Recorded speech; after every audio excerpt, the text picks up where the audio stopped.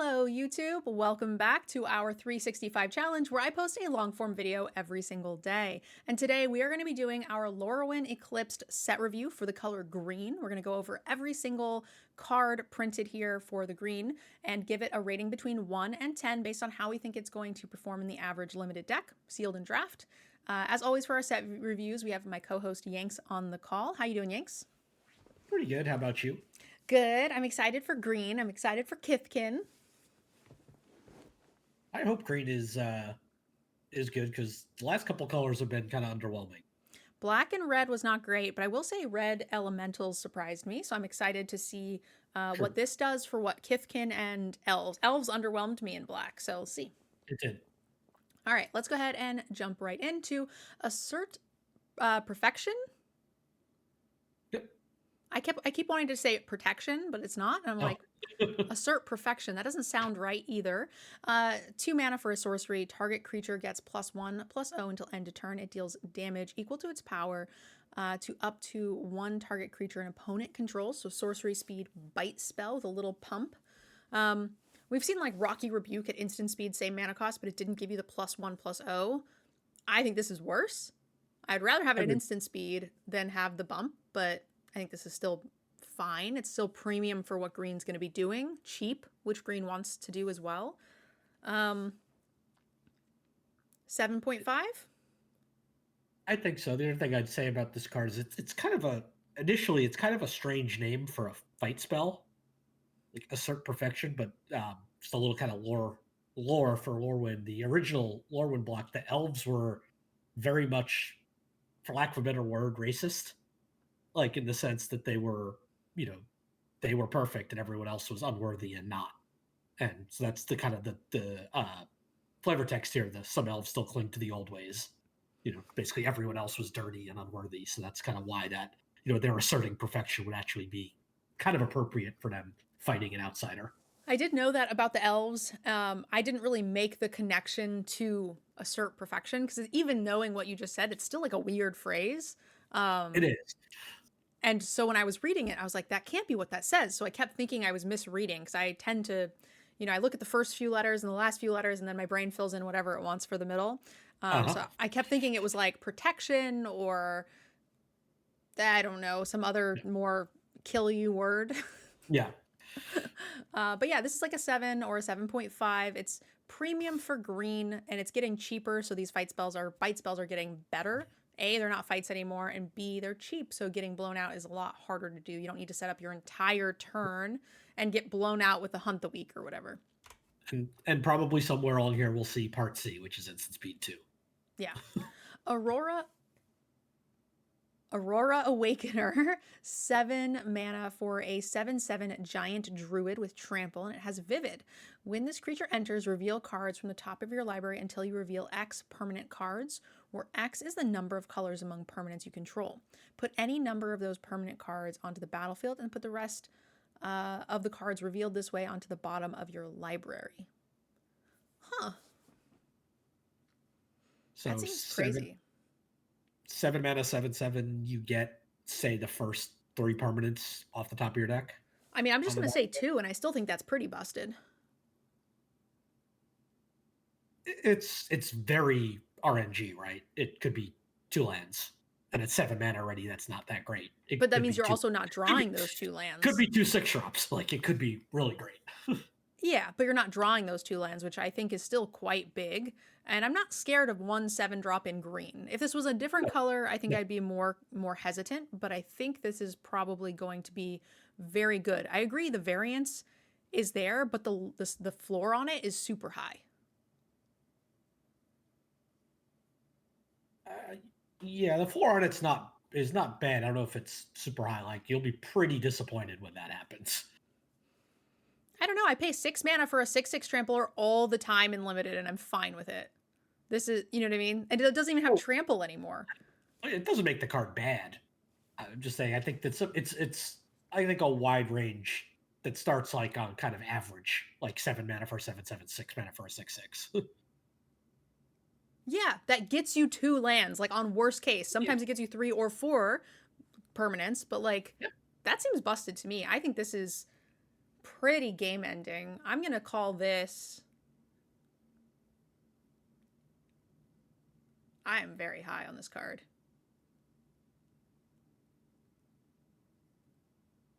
I think this is a 9.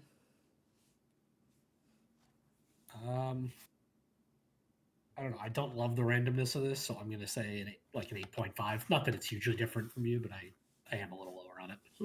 The way you were talking, I thought you were going to come in at like a 7 or something. No. I mean, it's still like if there are 7 mana, like a 7/7 trampoline does need to be killed. Like no matter what, it needs to be dealt with. Yeah, I think this card is massively good. So next up, we've got a Bloom Tender, a reprint. Isn't this like $30? I think so. And I think this is probably where the whole Vivid mechanic idea came from. 2 mana for a 1/1 with Vivid. You can tap it, and for each color among permanents you control, you get to add 1 mana of that color. Now, it wasn't. Did Bloom Tender doesn't say Vivid on it, right? No, I think that's where that ability is Vivid, basically, or had the Vivid. So they've just created a keyword for something Bloom Tender was doing already anyway. Yeah, these things are fine. I'm running this in a 2-color deck. It's a relevant creature type. I think this is great. Yeah, I mean, we play in limited 2 mana 1/1, just tap for green. Yeah, usually they're like 1/3s. Like stat wise, it's pretty low down the totem pole, but it has a chance to get. It has a very good chance to make 2 mana. 2 mana of any, of any of the colors that you want. And with all of the hybrid cards, it's very, very common, I think, to make 3 mana here. Yeah, just do remember it's not add 3 mana of one color, or it's specifically like one of each of those colors, which could be relevant. Not really a downside, but occasionally it's gonna come up and like you're gonna need triple green and you can't get it or something. Well, you certainly wouldn't have gotten it without this card. Yes. So I mean, it's going to be way better than the Mana Dork that just makes 1 green. For sure, that's more just to remember when you play it, not a downside.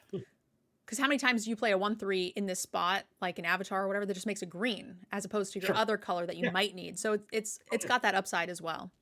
Rating, it's very kind of low impact for a Mythic, but still very good. I'm never cutting this card. 6.5? Yeah, I think so. I think it's not impactful enough 6? to be higher than. Yeah, it's a great card. It's just I can see very few like commons and uncommons I would want to take over this. But again, yeah, low impact. Blossoming Defense, that's a reprint. 1 mana for an instant. Target creature gets +2/+2 and gains hexproof until end of turn. 1 mana for +2/+2 and hexproof is pretty good. That's like splits the combat trick, like actively solid combat stats in addition to the hexproof is really nice. I mean, the 2/+2/+2 is great. I don't even really care about it. I just care about the hexproof. I want both. I have creatures in my deck, so, you know. Well, so do I if I want the hexproof, but I turn mine sideways. I don't want them to get into combat. Rating-wise, I'm running the first one of these quite often. Agreed. Probably even in some decks more than one. So the first one of these is like a 6? I think so. Yeah, the card's very good. That's very high. But Snakeskin Veil has scarred me for life. All right, our first Kithkin, we have the Bristlebane Battler, 2 mana for a 6/6 with Trample and Ward 2. This creature enters with 5 -1/-1 counters on it. Whenever another creature you control enters while this creature has a -1/-1 counter on it, remove 1. So it is effectively a 2/2 for 2, assuming you can curve out with 2 keywords. When it attacks. Yeah. Like if you're able to curve out, then it's like, you know, Kithkin go wide. I'm assuming you ideally are on the offensive. Sure. So I'm willing to give this credit as like a curvy 2/2. It's just going to get big. I really like spells like this in the go wide decks because we've never really gotten 2/2s that turn into 6/6s over time. And so you have these low to the ground creature decks that curve out and punch in 10 or 12 damage and then get bricked because you can't get through a 2/5. And that just isn't going to be the case with cards like this. So I think this is exactly what the Kithkin deck wants to be doing. Interesting thing to me about this card is, like, I always, one of the knocks kind of say on like Bloom Tender, right, is that it's a 2-drop that's kind of useless in the late game, which a lot of 2-drops are, and that's okay. But this card is interesting because I'm not sure if it's a great late game card or not.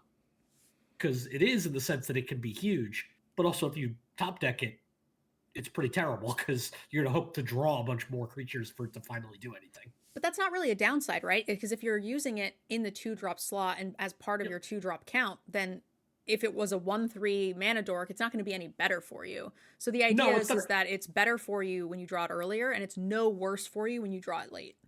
I'm not trying to say it's a downside. I'm just trying to say, like, I'm debating, is it enough of an upside to bump it higher? As a 2-drop, I absolutely think so. Because again, you want 4 or 5 2s in every deck. Now maybe you don't, but mostly that tends to be the running theories these days, is that cheaper is better, and having ones like this are going to make a huge difference. And again, yes, drawing them later is worse, but no worse than drawing any other 2. Oh, agreed. I'm not maybe I'm not saying what I'm trying to say well. Is I'm not trying to punish it for that. I'm just deciding, do I bump it for being good in the late game, because I'm just not sure if it is or not. I think it's better than all the other 2s. I don't know. I mean, I think we saw I think we saw some other ones in previous colors that have been better. Yeah, not to knock the card. The card's good. Especially with like counter manipulation. There's cards that take the counters off. I don't know if we're going to find like maybe a blink effect or something like that. Would be kind of cool. Kithkins make a ton of tokens, so I'm pretty confident even in the late game you're going to be able to chunk some little shitters out to take counters off this pretty quickly. I still like this card. A blink effect would be terrible with this card, right? I meant like on other creatures. Oh, okay. Right, like you're like getting ETBs, like Airbender's Ascension. A lot of times, I'm like airbending other creatures to make it, to get the 4 counters. Got it. It's fine. I think this is a 7. I think so too. My hesitation is I don't know. I'm very hesitant on green-white. I always think, like Simic, I always think that deck is bad. Avatar allies disagree with you, my friend. Bristlebane Outriders, 4 mana for a 3/4 Kithkin Knight. And how dare you shit talk the Kithkins after what we just saw of goblins? That's like, they look good, and that's what worries me, because that deck feels like it never actually plays well. So like, I'm worried that they look good. It's never like the worst, but it's usually very pleasantly middle of the pack. I think also what happens to it a lot is it's so many of these cards are pretty terrible unless you get enough of them. Mm-hmm. Not like that 6/6. That's a different story. But something like they're just small creatures that if you don't get enough and you don't get out quickly, like, you just get overpowered. Agreed.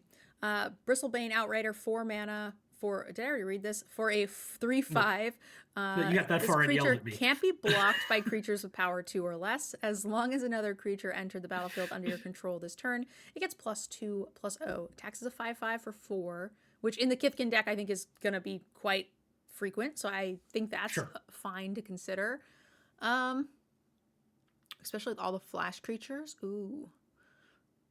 I like that in like a Simic-y-esque situation. Now, I'm not trying to be Simic. Don't get me wrong. You can't use the phrase "I like that" followed by Simic. That doesn't work. But it does, make the happy chemicals in my brain to think about, like, gotcha, flash. Take 7, bitch. Leave me alone, okay? Let me have my dreams, my happy dreams. And it only becomes a 5/5, no matter what. Oh, as long as another creature, it's not per creature. Boo. No. Okay, well, I have slightly less happy endorphins, but not 0. Rating wise, I think this is a fine filler card. I think this is above rate for a 4-drop, so I'm gonna call that a 6. 6 is where I have it. Good. You're probably not cutting the first one. I think we're killing people with that. Celestial Reunion, X and a green for a sorcery with way too many words on it. As an additional cost to cast the spell, you may choose a creature type and behold 2 creatures of that type. That is steep. Search your library for a creature card with mana value X or less, reveal it, put that into your hand, then shuffle. If the spell's additional cost was paid, you may reveal cards of the chosen. You may reveal. And the revealed card is the chosen type. Thank you. Battlefield instead. Put that card onto the battlefield instead. It's like an infinitely worse Green Sun Zenith. It's pretty though. It's really pretty art. I do not like this card. No. Nope. This card is an over. It's even Grid Sun Zenith is like good but not great in like if you have enough stuff. Now you don't have to get green creatures, which it is a little different, but the extra cost of it is massive. I am running this if I have like 2+ bombs that are elves. You know what I mean? Like if I've got. If I have bombs that are the same creature type as a bunch of the other creatures I have. Yeah. Well, I'm okay to pay 1 and just get my bomb into my hand. As long as there's a reasonable chance I haven't drawn the bomb before drawing this. Right? Because this is just pay. Oh, you have to pay a bunch. Yeah, you have to pay a lot. That'd be really it's really bad if you can't bolt. Yeah. If I'm a dedicated hardcore elf deck with 2 big elf bombs, I'm gonna run this. Yes. But it doesn't need it, right? My deck's already really good. So exactly. This does not feel like anything remotely looking like the average deck wants to run this. So that is a 2. I said a 2. Yeah, it's not a 1 because there is a scenario it's going to get played, but Champions of the Perfect. We're doing it again. 4 mana for a 6/6 and an additional cost to cast this. Behold an elf and exile it. Whenever you cast a creature spell, draw a card. Now you're speaking my language. Whenever this creature leaves the battlefield, return the elf to its owner's hand. I'm not worried about that behold cost on a 4-drop. I think that's very, very reasonable. The card draw is great. Huge stats for 4 mana. I think this is a very good card. I think so too. I'm trying to just quickly refresh my memory on the other champions. I think this is the best one. I think it is. I think this is one of the ones that doesn't do anything right when it comes in onto the battlefield. Like one of them's like a lord, and I don't remember what any of the others do either, but I think they kind of do something. Whereas this, like... Yeah, the white one's a Kithkin lord. The blue one, stun counter something. Black one doesn't do anything when it enters, but you can pay 1 life right away to blight. Yeah. Make people blight. And the red one doesn't do anything because it needs other elementals to enter. So I this one is the least consistent, like the least upfront payback, but it is probably the strongest long term if left to do its own thing. I'm tempted to call this an 8.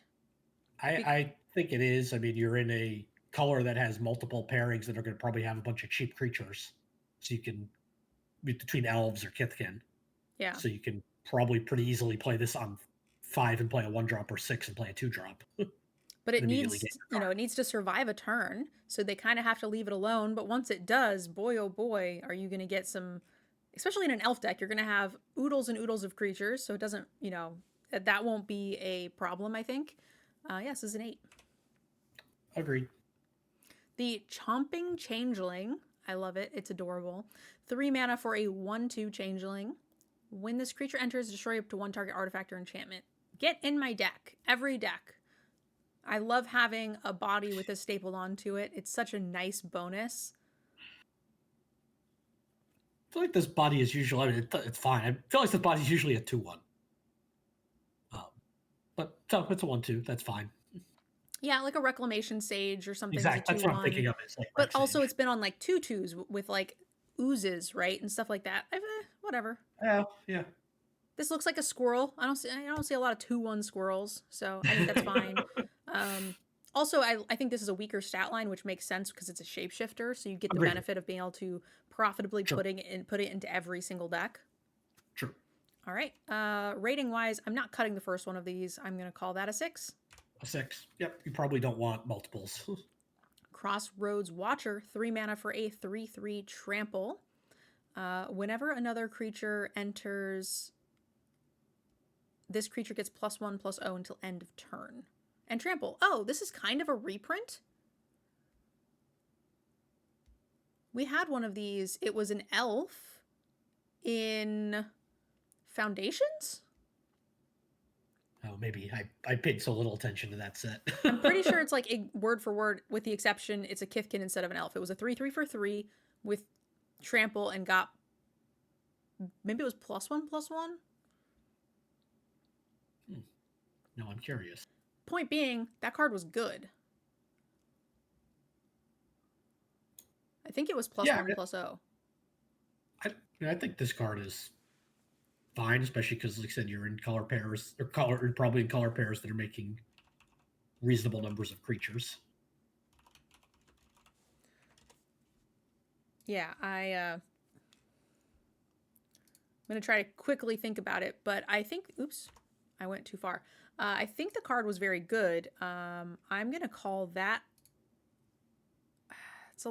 it's lower impact than the other 6s, but it was so strong. I'm going to say 5/5. I found it. It's called the Beastkin Ranger from Foundations. It was a 3/3 for the same mana cost with trample. Whenever another creature enters the battlefield under your control, +1/+0 until end of turn. The exact same card. Yep, so just elf instead of Kithkin instead of elf. Yep, both Rangers. And this card was, like, surprisingly good. It's interesting that they wouldn't just reprint it in a set that cares about elves. Yeah, exactly. Maybe because they don't want the same card printed in Standard. Because Foundations is still in Standard, right? Yeah, I think they've done that already, though, haven't they? Yeah, but they just wanted to give the same tool to a Kithkin deck instead of the elf deck. Sure, yeah. Oh, yeah, I'm sure there's they decided when, developing the set that Kithkin wanted this ability. It's just interesting that they chose it.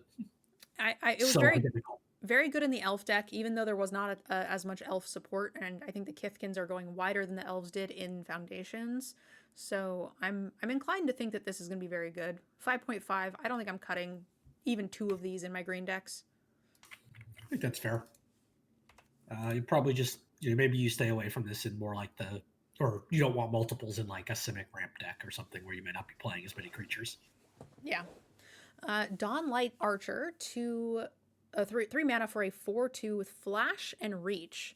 Yes, now we have green flash creatures. God, flash it's been so nice the last few sets for there to be like a flash creature that I have to think about. Now I have to think about all of them. I have to think about flash creatures in every combat. See, come over to the dark side. Play on your opponent's turn like us blue mages. It's going to make combat so annoying. Man, there's so many. I think at the end I need to like get all of the flash creatures into one wheel and like memorize how many are in each color and what those mana costs are, because this is going to be annoying.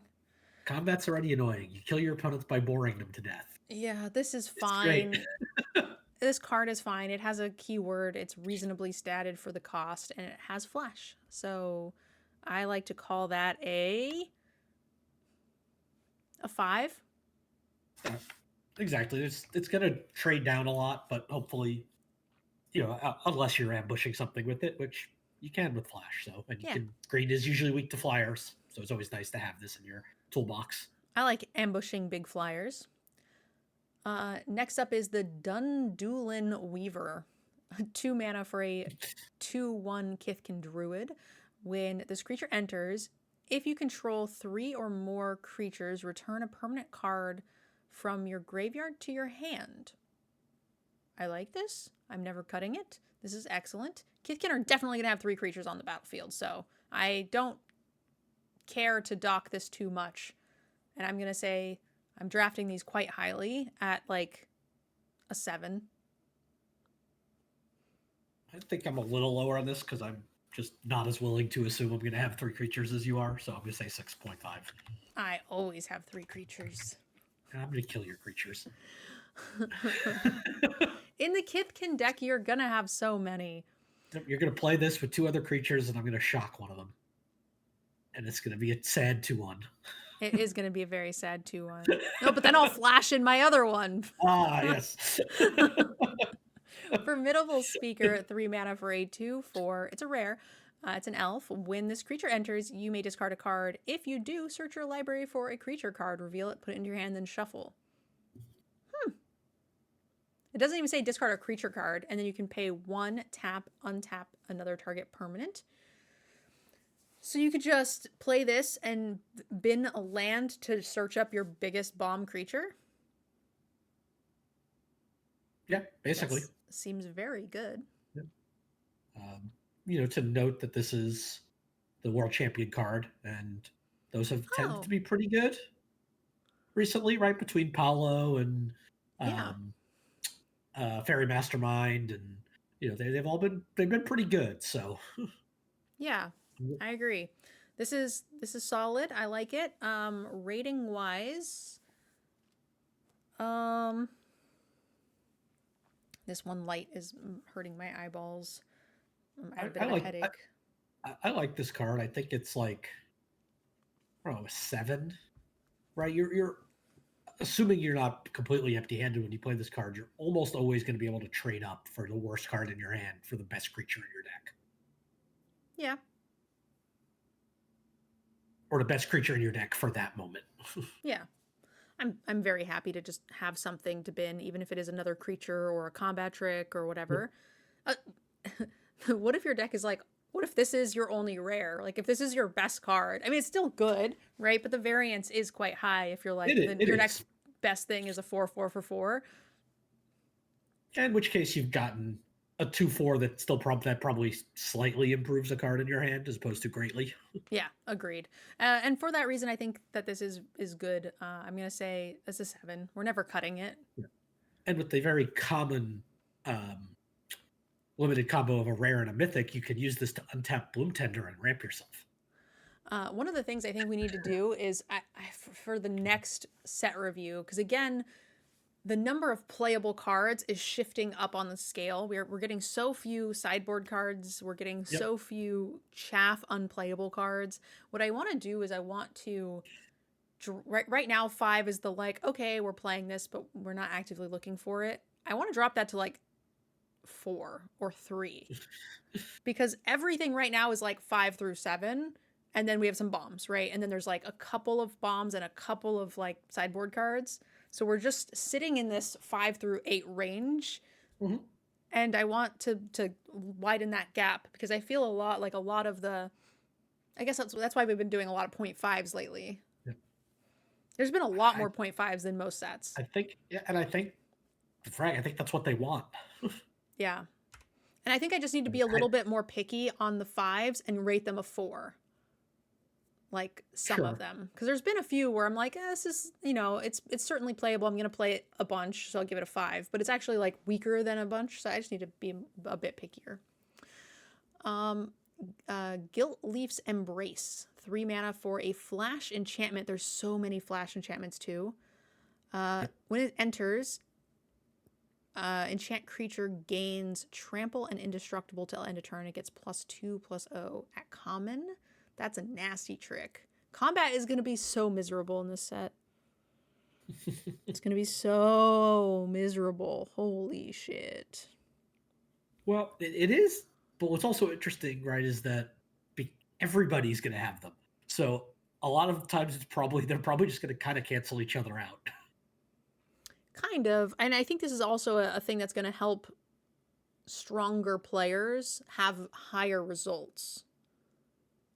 Because I think this is the kind of thing that's going to lend itself well to, that risk analysis, which I think weaker players just don't have. Yeah, I appreciate Magic leading into probably the thing that's the biggest difference between it and other card games is instant speed interaction. Yeah. I agree. I just wish it wasn't creatures. I don't know. It feels, because you have the instant speed spells and stuff, and that's enough to get around. But having a slew of, I don't know, 3 auras and an extra 10 flash creatures. That's going to be so much to consider every single turn. It's wild. I think this card is It will be a fine. lot. I'm going to call this, it's a good combat trick. +2/+0. Yeah. You want to eat something, so I'm kind of, it's a bit tricky. You could get blown out, so it's like a 5. I think so. 3 mana is still a decent amount to hold up for a combat trick. All right. Great Forest Druid, 2 mana for an 0/4. Add a mana of any color. That's going to be really nice for the Vivid decks. It blocks a lot, so good against all of the creature type decks. 6. It's an 0/4, so it's a good place to stick blight counters. Yeah, true. But yeah, I agree with 6. Is there a tree? Is he wearing a tree as a helmet, or is there like another hand of a tree, or? I don't know. Like, realistically, I think our scale should expand to the center, and that should be a 5. Sure. So I think that's what we need to reassess a little bit more. Maybe outline them going into the next set review. Make a little spreadsheet, and we can show the spreadsheet in the beginning of each episode. No. You want to make a spreadsheet? Yeah, let's do it. Who would ever have guessed that? Luminolisk, 4 mana for a 2/4 elemental with Death Touch. It has Vivid. When it enters, you gain life equal to the number of colors among permanents you control. Okay. 2/4 with Death Touch, gain 2. I'm okay with that. I think it's fine. Like, it just, I don't know. Vivid. A lot of the Vivid stuff seems so unimpressive. Yeah, I feel like it's unimpressive, but that's just because a 2/4 for 4 with Death Touch is fine. Like, it's not meant to be the Vivid. It's not the star of the show in this case. I think it is just a bonus. I guess I would have hoped that the like cycle of these animal elementals, uncommon elementals, would have showed off Vivid a little more. Like, that's what you would think they would be designed to do, and that does make it a bad card because you're right. I'm happy enough with the 2/4 Death Toucher. Rating wise, It's like a 5.5. I like it as a 5.5. Next up, a 2 mana 2/3 Elf Advisor. As additional cost to cast this, behold an elf or pay 2. I like that it has the or pay 2. Sometimes we haven't been getting that. Tap, add 2 green, activate only if there's an elf card in your graveyard. It's good stats. Elf's gonna elf. I have to assume you're gonna be able to do the thing. It's a bit of an odd mana dork, right? Because it's like you want to be able to play those on curve and then use them the next turn, and you probably can't with this. I don't want to say probably can't. There's a lot of elves. But you're gonna have one in your graveyard on turn 3 when you spent your turn 2 doing this. You can't activate it. That's true, but you can play it. That's what I mean. What I mean. Like, you can't play it and then immediately ramp the next turn like you want to do with your mana dorks. I don't know though. We did see like 3 elves that self-milled, so you could like play this turn 3, play the 3-drop elf that self-mills into, you know what I mean, and then activate, play your 2-drop. Sure. Yeah. It's just it's tricky, a lot trickier than most mana dorks, which makes sense because it costs 2. Or I mean, it adds 2. And adds 2, and it's also much stronger statted. And then I don't mind, again, because it is doing the thing that the elves want to do, which is all the self-mill, which seemed really weird, and I didn't like it, and I still don't love it, but given that we're seeing payoffs like this, I think it all makes a lot more sense, and the synergy lines up to me. It might. We'll see. There's still obviously at least more than half of green to go, but elves are not looking a whole lot better than goblins. I think they look a whole lot better. I think they are better, but I don't think a lot. No, there's still a bunch of cards to go. So I think it's 10 times better already. I'm going to rate this as a 6. I'm going to say 5.5. Next up, a 2 mana 3/1. When this creature enters or dies, surveil 1. Get them elves in the graveyard, baby. Yeah, I think this is exactly what they're trying to do. So 5. Sure. Yeah, it's 5. A curve filler that like fits in with the synergies. Never a bad place to be. Sure. Midnight Tilling, 2 mana for an instant, mill 4 cards, then you may return a permanent card from among them to your hand. That's always okay. 23rd playable card. I'm going to call this a 4. A 4, yep. In the elf deck, it's maybe a little up closer to a 5, just because, again, you want those elves in your graveyard. You want to be getting as much graveyard synergies activated as you can. Or if you have, like, bombs to dig to. Yeah. Mist Meadow Council, 5 mana for a 4/3. This spell costs 1 less to cast if you control a Kithkin. So 4 mana, 4/3. When this creature enters, draw a card.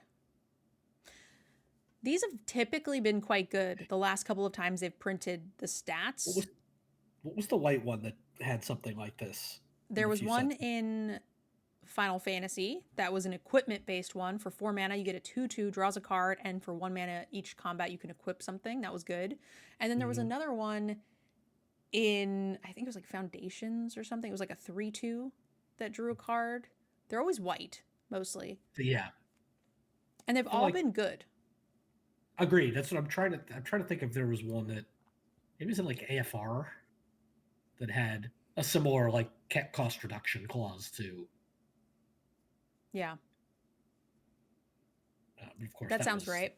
Either way, I think if you have now. 0 other Kithkins, I'm way less excited about this card, but I'm going to kind of assume you have some. Right? That's fair. Like, I don't need a ton of Kithkins in my deck to be happy with this, but I need some. And I think that the line of the number of Kithkins I will need is pretty easy to get in the average deck. So I'm going to call this...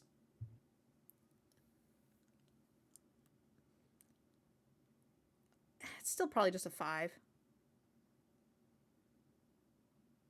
I think so. Yeah. I'm sort of stretching out that 5-drop spot. I'm kind of trying to drop things a little bit.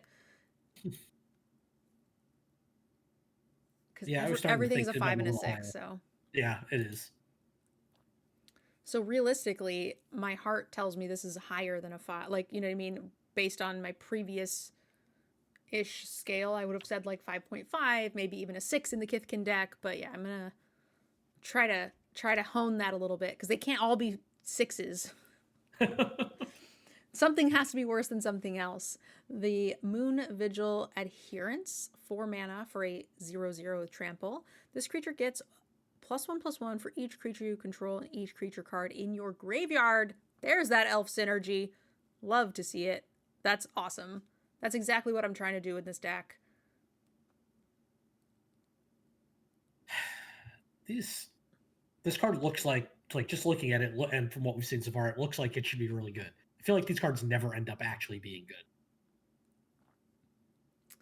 Usually it's like creatures in play, which is really tough to deal with. Agreed. But I love the synergy here. The creature type is good. How dare you say elves look as bad as goblins? You're crazy. I didn't say as bad. You said basically. Elves look good. Close. Elves look actively excellent. I'm still skeptical. You cray. I'm actually pretty skeptical. Well, I don't know. I'm pretty skeptical of elves and Kithkin. You see, and God, you're skeptical of creatures. Good job, Yanks. No, the merfolk look good, and elementals, and the tree folk. Tree folk look great. The tree folk there's less of them, but they are just good creatures. Yeah. No, your elves look excellent. So you're crazy, and this is a 6. I think it's a 6. Yeah. I don't know. I'm being prepared to end up being very disappointed by that card. We are doing stats. We're doing a spreadsheet of our ratings for all of them and seeing like which colors have the highest average rating, so on and so forth. I'd be interested to see what our rating is for the average creature types. Yeah. We I don't know. We'll have to do some data crunching and see what we do that. Yeah. What we maybe make a fun video out of it. Next up, we have a 2 mana elf enchantment at the beginning of your upkeep. Surveil 1 for 6. You could sacrifice this enchantment, create X 2/2 black and green elf creature tokens, where X is the number of elf cards in your graveyard. Activate only as a sorcery. The average deck does not want this. This is a 1 or a 5. I still don't like 5. It that much. Yeah. Because the problem is like exciting. The problem is I don't want to surveil creatures into the graveyard. Right? Like I actively want to be drawing my creatures. So it's not going to Agreed. fuel its second ability all that well, because otherwise I'll just get ran over. It's going to bin like the cards I don't want. I'll play the creatures, and then you still have to like have a long enough game for then the thing to work. It's certainly playable in an elf deck, but I don't think it's a banger. I don't either. It does, I believe, it does count itself,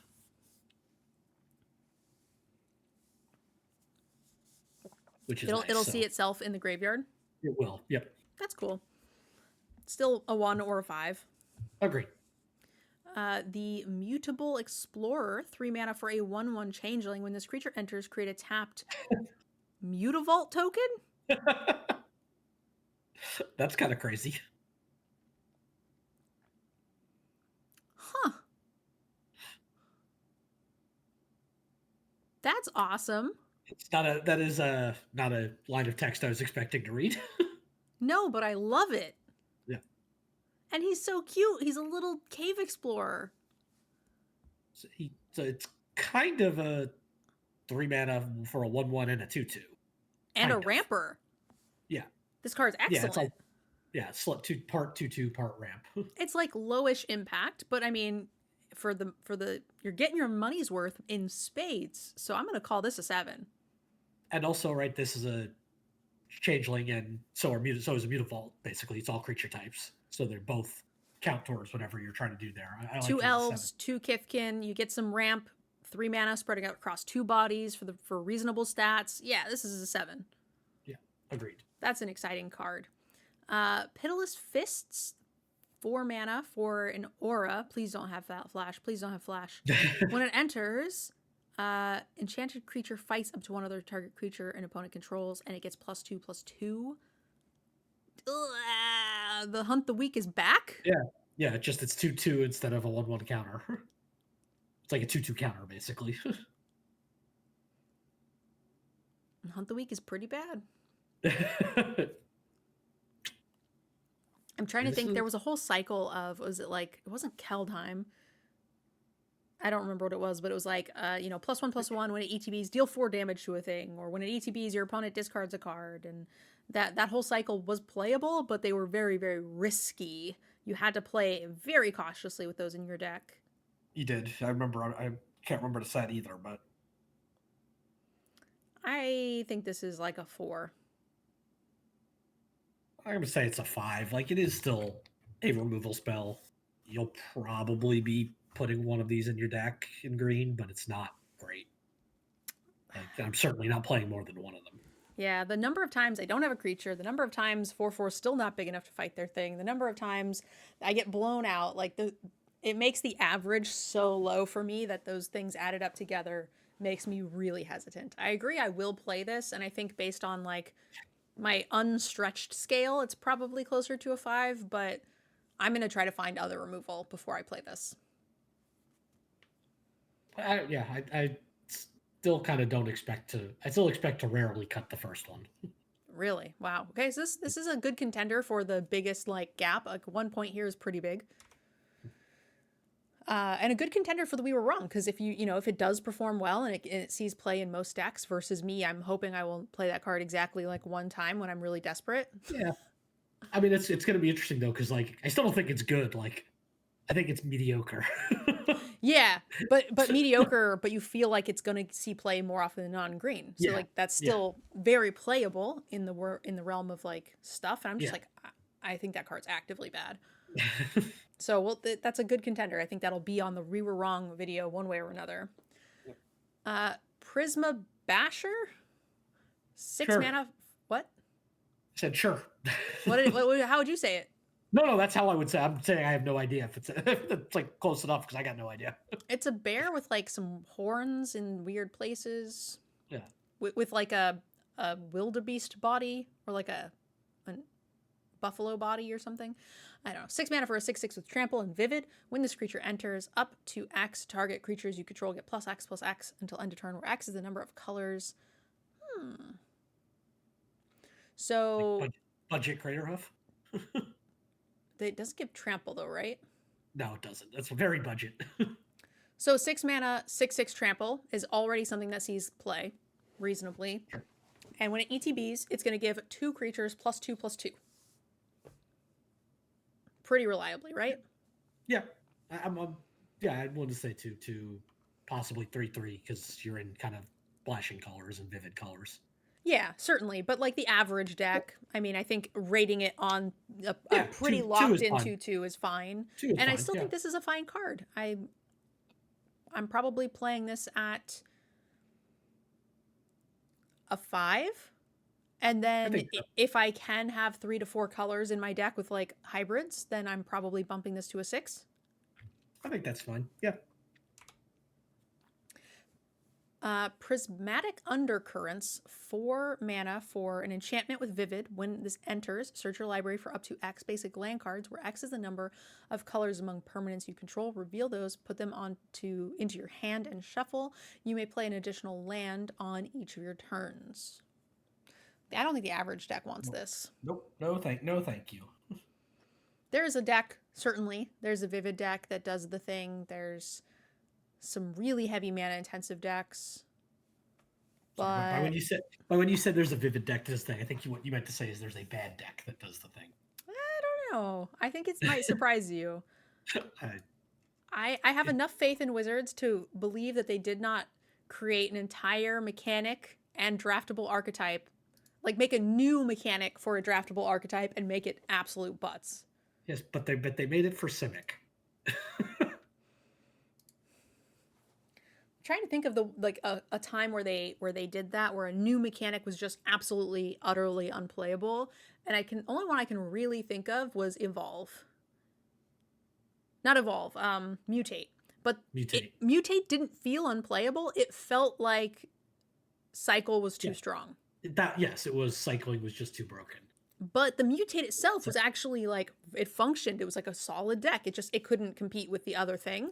And I feel like that's what this is going to be, where it's like, we made something new and we want it to function, and I think it will. But that might be giving them too much credit. Yeah, I just think this kind of card is the kind of problem with an archetype like this, is it wants you to play cards like this that don't really do anything. That fits in right exactly with what you want to be doing. You want to be doing a whole bunch of nothing. No, I want to make sure they're not doing anything. I want to prevent them from doing things. Rating wise, I think there's a deck for this, but it's certainly not the average deck. I'm going to call that a 3. Yeah, 3 is what I wrote down. Pummeler for hire, 5 mana for a 4/4 with vigilance and reach and ward 2. When this creature enters, you gain X life, where X is the greatest power among giants you control. So guaranteed gain 4. I mean, it's a little on the weak side stats, right? 5 mana for a 4/4, but trample, vigilance, reach is quite good. Ward, no trample. Whatever I said. I don't remember what I said. My brain is not all there. I want to say today, but I feel like it's just forever now. I'm starting to say that every day, so it's no longer an excuse. Vigilance, reach, and ward. I think that makes up for the extra mana point. I think this card is fine. It's not really a relevant creature type. The random gain life in this set is confusing me. So, like, I don't know. I don't value that very much. So I think this card is just fine. It's like a 5. I value it because it's going to like shut down some of the more aggressive decks. I actually think it is going to make a big change in the format and make the games a lot longer. Maybe, I don't know. It seems so scattershot and random. Yeah, but I think when it is a nice, valuable bonus, which is not something I've always said about it, but there's enough of it here to where I think it is going to make a difference for like the classic Boros aggro decks. It's going to be a lot harder for them to get you if you've gained 6 life. I hope you're right, because every game one of those decks wins is a dead game that people had no fun. So, I mean, one of them had fun. No, one person reluctantly did it because it was the better thing to do, and then the other one lost and had no fun. No, I play Boros and have fun all the time. You're just a hater. Rating wise, again, I think that's fine. I'm on the lower side just because of the stats. I'm gonna say 4.5. Okay, yeah, I said 5. Safe Right Cavalry, 4 mana for an elf warrior, 4/4, and can't be blocked by more than one creature, and you can pay 5, and target elf you control gets +2/+2. That's what I want in my elf deck. It's a fine statted body. It has some good attack mechanics built in addition to a nice mana sink later in the game for all my elves. This is great. I don't see myself cutting this from any elf deck. Me neither, but I also probably don't see myself playing more than one.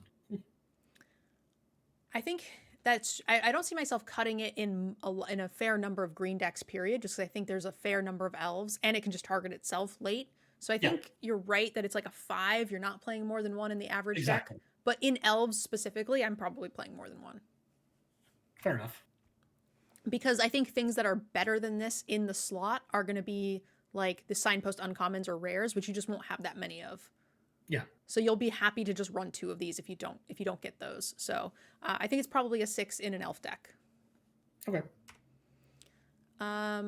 Sapling Nursery, a lot of mana, 8 of it for an enchantment, affinity for forests. Okay. Landfall, whenever a land you control enters, create a 3/4 green tree folk creature token with reach. Excuse me? For 2, you can exile this enchantment. Tree folk and forests you control get indestructible till end of turn. This is good. I think so. I mean, you can theoretically play this as early as turn 4 without any ramp. Yeah, I'm gonna say the average probably deck is not, like 2 colors evenly split. So let's so you say can play it for 5. yeah, let's 5 or say 6. on turn 6 you're 3 and 3. So this is 5 mana on turn 6. Yeah. And hopefully you got like, it's a little slow, right? You need to have like 6 mana, and you need to find a 7th. Yeah. So it is a little slow, but the creature that you get is massive. Yeah, I think you need to. You need to be able to make at least 2 creatures before you're happy with this. Maybe more, at least 2, I'd say. I don't think it's more. Assuming, yeah, I guess in my head I'm like, you need it's like 2 3/4s for 8 good, but you're not actually paying 8. So my thought here is by the time you get to this and you slam it, it's kind of like Chocobo Raceway, right? Like it's not a great value until you've made like the 3rd Chocobo, but the biggest impact is that when you get to that late game, you're never drawing blanks. You're always the worst thing in your deck is a 3/4. Like you're actively, once you start to hope to draw lands instead of most of your deck, you're like, that is a great place to be. So while I agree it's like the second one that makes it worth its value, I just think not ever drawing another dead card in the rest of the game is a banger. So I really like this card. I think this is an 8. So Chocobo Raceway costs 4. 5. 5. Yeah. Okay, so it's similar. I was thinking, as I was going to say, like the difference between lands 5 and 6 versus lands like 7 and 8 is huge. And it only made 2 2s that had landfall +1/+0. Yeah, it was definitely made worse bodies, but I don't know. I think I'm going to say this is a 7, just because I'm a little afraid it's just too slow. If the format's slow enough, then great. Then this card will outperform that number. Yeah, I agree with that. It's going to be interesting to see this if in like standard, if there's like a mono green stuff with all the earth bending. Is there a world where we have a like mono green badger mole ramping nonsense deck that plays into this? That'd be cool. Now this isn't like a $40 mythic, so that won't be the key card in standard. It won't be the key card, but did you see the on YouTube? I just recently posted a landfall deck that was able to hit people for like 40 trample damage on turn 4. Yeah, but is that deck actually good, or was it just fun? I think it was solid. It went 6/3. Yeah. All right, Selfless Safe Right. 5 mana for a 4/2 with Flash and Convoke. When this creature enters, choose a creature type. Other creature permanents you control of that type, game hexproof. and indestructible till end of turn. I mean, that seems good. At the very least, it is a 4/2 indestructible flashing creature that eats something. Well, it's other permanents. It doesn't count. It doesn't protect itself. Oh, bullshit. Well, that makes it substantially worse if you're not an elf deck. I mean, it's still, yeah, you can choose a creature type, right? So you could just, whatever you have out, you can eat something with. Yeah. I'm just wondering, so like you have Kithkins, you have elves, and then if you're not like a dedicated one of those, then you're like a hodgepodge of like, you know, an elf, a tree, and a Kithkin and a moose lion or whatever. Yeah, I think that you want it to be like, if you want this to get its super blowout and be like wrath protection, you want to be super typal. But if you just use it as like a, you know, A one for blossoming defense, one. Well, it's not then even a yeah. 1/1. It's like a 1/0 combat trick. Yeah, exactly. Because you get the body, but you Yeah. ate something. If you No, have another creature on board, if it counted itself, I'd be way happier. But yeah, this Agreed. is it's kind of a split rating because I feel like if you're not a typal deck, this is still very playable. Like a 6. I think it's a 6, and But I want to say that there's enough typal just accidentally, especially with shapeshifters, that this is probably a 7. I think the floor on this is going to be higher just naturally. So I'm gonna go with a 7. I'm like to say maybe like 6.5. It's I think you can get a lot of value in a super typal deck, but you both have to be typal and have the right scenario present itself to get more than the kind of 1/1. Yeah. Value, 1/0 so. though. Like that One the floor for 1/0 is like very good to me. Yeah. Okay, 1 point apart or half point. Yep. I actually think it's like my 7 rating is in a non-typal deck. I think it can be a banger in typals. So, Shimmer Wild's Growth, 2 mana, enchant land. This aura enters, choose a color. Enchant land is the chosen color. Whenever enchant land is tapped, its controller adds an additional mana of the chosen color. These are always fine, sub-fine.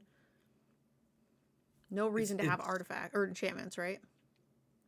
No, but the fact that this turns your land into a colored permanent for Vivid is interesting.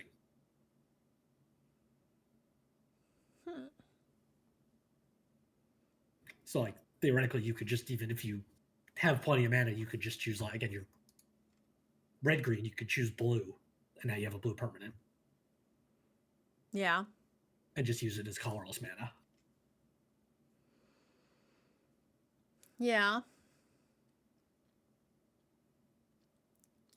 I'm not sure how much I love that, but it's just an interesting little twist on this card compared to its normal. Agreed. I'm gonna call it a 4. Yeah, I think the same. I mean, there's decks that want it. There's decks that need ramp. There's decks that need fixing. You know, it's gonna see play, but the average deck doesn't care about something like that. Spry and Mighty, 5 mana for a sorcery. Choose 2 creatures you control. Draw X cards, and the chosen creatures get +X/+X and gain trample until end of turn, where X is the difference between the chosen power of the creatures. I was told math is for blockers. Yeah, what if your deck is just like all 3/3s? And this is so bad, like in Kithkin, if you're just like really wide, this is going to be like +2/+2 draw 2. Yep. You kind of need to be like Golgari tree elves. Right? Like if you've got like the shitters plus some big trees, something like that. I guess Kithkin can also maybe have a good tree, or like the 6/6 that we saw. Yeah, green is going to have like a dinosaur on top, right? You can find something to give you at least some value. How many do you have to draw off of this to be happy? I think to be happy, you want this to be 3. What if they kill it in response? It doesn't fizzle. No, I believe it would see whatever the power was last time it was on the battlefield. Yeah, some things do that, some things don't. And I think it's because it's a choose. I think it's going to. Uh, oh no. So here, actually, the release notes. If you only control one as Brian Mighty resolves, you choose that creature. Oh no, that's as it resolves. That's not if they. Oh yeah, because it's choose as it resolves. They can't kill it in response. It doesn't target. But what if you cast it and you have two Yep. creatures on the battlefield and then they kill Yep. one of them? So if you choose only one creature, then X equals 0, but it does get trampled. That's awful. Yes, that is terrible. So they can still kill it in response. I want to, Yes. in order for me to not be very mad at this card, I feel like I need to choose them casting the spell, and then even if they kill one, I still get the difference. Yep, but that's not how it works. Unfortunately. Because you don't I choose until resolution, and you can't choose something that's not there. I hate it. I mean, I guess there's somewhere where some of these get numbers to be pretty big because you could have something with like -2 power from light counters. That's funny. So you can have like It's a still one. playable, but it's so slow, and it's going to be a dead card some amount of the time. So we're going to call that a 5. It's kind of a weird like anti-typal card. It's rewarding you for having like some small and some big things, which is probably different types. I mean, look at the picture. It's like a Kithkin and a Yeah, tree. exactly. Like, you need to Yeah. have them both, and you need them not to be killed in response, or you need to have more creatures. It's going to take a lot of setting up, but when you do, I really like the card draw in green, and obviously, hitting it could just kill your opponents. They could just get +3/+3 and trample, and you could just kill them. So it has a low floor and a very high ceiling. I'm going to say that's a 5, smack dab in the middle. Yeah, its floor is 5 mana. Something gets trample. That is And its about as ceiling low is of a kill floor as you them. can get. So Yes, it's about as low of a floor as you can get. so yeah, I'm rating it a 5, but it's going to play anywhere between a 1 and an 8. I don't know. Yeah. I mean, I guess it's not even right that they have to drop you below 2 creatures. They could just like kill your 3/3 and you're left with 2/2/2s, and both creatures get trample, but it's still 0. Yeah. Surly Farrier, 2 mana for a 2/2. You could tap it. It's a Kithkin. Target creature you control gets +1/+1 and gains vigilance until end of turn. Activate only as a sorcery. Fine. The sorcery speed thing makes it a little bit worse, but it's a relevant creature type. It's a bear with an ability. We like those. I'm going to call that a 5. It's a 5. Agreed on the sorcery speed, but it kind of makes sense with vigilance. Agreed. Tending the Springs. 3 mana for a sorcery. Search your library for a basic land card, put it onto the battlefield tapped, then shuffle. Then, if you control 7 or more lands or a tree folk, create a 3/4 green tree folk token. Huh. So my initial thought was like, well, if I already have 7 lands, then I don't want to play this card to get a land. But it actually, if you look at it more as like a failsafe, like you want these in your deck, but you're like, oh, I hate running them because if you draw them late, they're bad. But they're not bad anymore. It's like above a statted creature late. So you get the ramp and the fixing early when you need it, and when you don't need it, it replaces itself with a big body. And if you have trees, all the better. Because if you have an active tree deck, then you can just ramp and get bodies all the time. Then it's excellent. Yeah, is this where we're finding the actual 5-color deck is 5-color tree folk? Yep. I think this card's good. It removes the downside of drawing this late. It does. I think the question is how many decks even want this effect to begin with. I mean, the effect is rarely bad. I mean, there are definitely decks that don't want to take a turn off to cast this card. Certainly, there are some decks, but there are a fair number of decks where I kind of want to run something like this, and it's not quite worth the risk, but it's like borderline. Yep. So I think it's going to see more play. they've definitely done a good job to mitigate the downside. Yeah, because Of the there's card. that I just line, don't know if right, where it's I like, just don't know if the upside is high enough.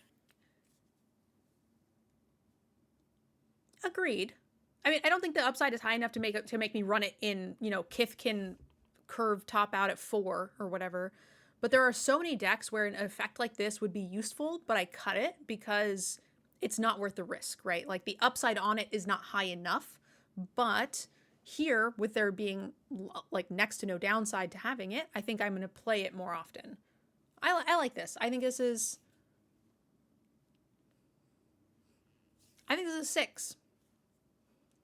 I'm going to say 5. Okay. I'm kind of tempted to go lower, but I'm going to say 5. Nice. I'm excited to see how that will perform. That's a good candidate for the We Were Wrong video. It's a card aimed at Simic. It's going to be bad. Thought Left Charger, 2 mana for an instant. Target creature gets +3/+3 until end of turn. If that creature entered the battlefield under your control this turn, draw a card. So what are we looking at? Flash and haste combat tricks here? Yeah, pretty much. Oh no, it's if a creature entered the battlefield, not that one. Ah, that is substantially better. I misread that first as well. That's way better. Okay, Agreed. I think this is fine. It's a 5. Agreed. I think it's 5. I like card combat tricks that are drawing you cards. Yep. Next up, 3 mana, 3/4 with Death Touch. When this creature enters or transforms, mill 3 cards. Then, if there is an elf card in your graveyard, you gain 2 life. On your first main phase, you could pay a black and flip it into a 3/4 with Death Touch. When this creature transforms into it, mill 3 cards. Then you may exile an elf from your graveyard. If you do, each opponent loses 2 life.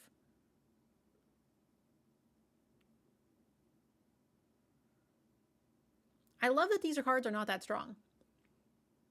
Yeah. Like it's good. It's a rare and it is a strong rare, but like I'm glad these aren't just like big dragons that end the game. Yeah. I think this card is fine. I mean, it's an above rate creature to begin with. 3/4 Death Touch for 3. That actively plays into what the elves are trying to do in self mill. Flipping it gives you a little bit of drain, a little bit of reach, but you are milling yourself pretty aggressively because you have to if you mill want to 3 each transform flip. it, you have to mill. Yeah. So you're milling 6 cards for each time you drain 2, which is really rough. Yep. I feel like more often than not, I'm just going to play this on the front side as an above stat creature and then just never flip it. Yeah. Or maybe you flip it once. Yeah, at the very end, right? Yeah. Yeah. Yeah, that's okay. It's still a very highly statted creature that plays into the elf thing, so I'm gonna call that a 7. 7. Yeah. All right. Unforgiving Aim, 3 mana. Choose 1, destroy a creature with flying or an enchantment, or create a 2/2 elf creature token with instant speed. I like that. I feel like we used to get this. We used to get this card without the last part. Yeah. I like the You flexibility. just had the first 2 options, and it was still playable. Not quite as many flyers in this set. Fairies. There's a lot of fairies. Fairies. Yeah. Yeah. I think this card is solid. I think I'm probably running one of these. It's like a 23rd playable card for sure. Certainly want to pick 2 of these up for the sideboard, but I call it a 5. Yep. 5. I'll play one when I have the room. Yep. We have a Vinebred Brawler, 3 mana for a 4/2. This creature must be blocked if able. Whenever this creature attacks or another elf you control gets... Whenever this creature attacks, another elf you control gets +2/+1 till end of turn. It's fine. Yeah, it must be blocked if able can be useful, probably just dies. Yep, but pump something else, and every once in a while you get like a cool pump spell and you get to like eat their best thing. But sometimes they just block it with a bear. It's just like doesn't line up super well. This is underwhelming for an uncommon, so I'm definitely playing this, but not that highly. So 5.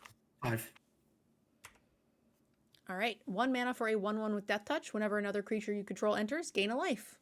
I love it. I like my Death Touchers to be 1 mana 1/1s. Exactly. I love that the life gain is going to is in a creature heavy color, which is going to help me outpace some of the aggro decks. I think this card is great. This is like a 5.5. I Yeah, like I this think a that's little bit more than the last card. agreed. Definitely better than Wild Vine Pummeler, 7 mana for a 6/5 with Vivid, costs 1 less to cast. For each color among permanents, has Trample and Reach. So very reasonably, this is what, 5 mana for a 6/5 Trampler with Reach? yeah, you're probably the average cost of this is probably 4.5. Yeah. I'm thinking, I'm rating it on having a cost of 5 personally for the average deck. Sure. Yeah, I think that's fine. 5 mana, 6/5, 2 abilities. Yeah, That's pretty good. I think we're playing that, and it's got a fair amount of upside with all the hybrids for sure. So, is that a 6? No. I think I think it's probably a 5.5. Yeah, I'm game for a 5.5. 6 seems a little high for Yeah. a little butt. I'm gonna say What's the set? 5.5 with the Vivid. It can play up. Yeah. Yeah, especially in a Reach Trample is effectively like an old vanilla card. Yeah, if you start That's playing all this it does. consistently for 4 mana, then this is a 6. Yes, agree. And that is it for the green cards. For those of you guys watching on YouTube, don't forget to subscribe and leave us a comment. Let us know what you thought of green. And don't forget, if you missed our welcome to the Lorwyn Eclipsed video, make sure you check that out. That's the important one that has all of the new mechanics, returning mechanics. We go over all the draftable archetypes and get into the nitty gritty of what you guys can expect to see here with the rest of the set reviews. Yanks, how do you like green? Interesting. I'm not. I know you're much more impressed with elves than I am. I'm not particularly impressed with them. But the Kithkin were fine, although I think the better ones were in white. I agree with the Kithkin. They didn't get much better, but the elves I think are astronomically awesome.